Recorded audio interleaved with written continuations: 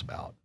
What is one takeaway where you've gotten at being married for 25 years, empty nester, almost 3 decades of being with the same company? If you could go back and talk to Shawn 28, 29 years ago, what is one thing as a takeaway that you have now that you would say, if you don't do anything else, do or don't do this?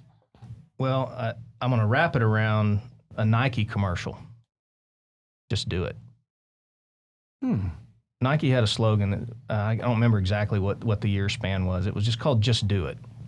And one of the conversations I've had with both of my daughters, and as kids coming out of high school, I'm not sure many of them really know what they want to do with the rest of their life. Both my daughters went into college. My oldest one is deaf, has a cochlear implant.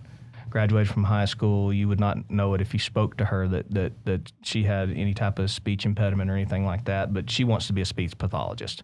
Tough road to hoe. And my youngest daughter, who's at Auburn, because of her sister and seeing all those things, she went into speech pathology, but she's in her first semester of college, and spoke to her last week.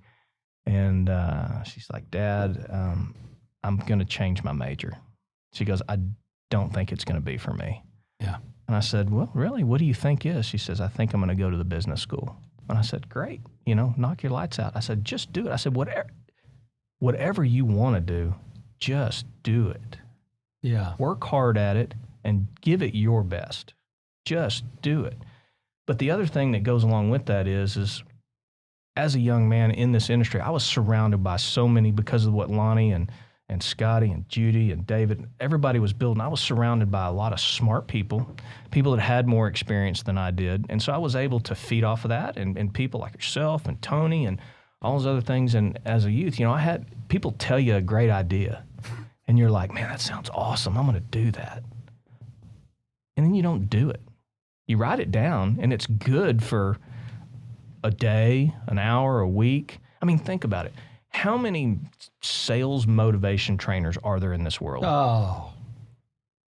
Yeah. I mean, you remember, guys like that are good trainers, like older ones that would be like Tommy Hopkins. Yeah. Go back to Zig Ziglar.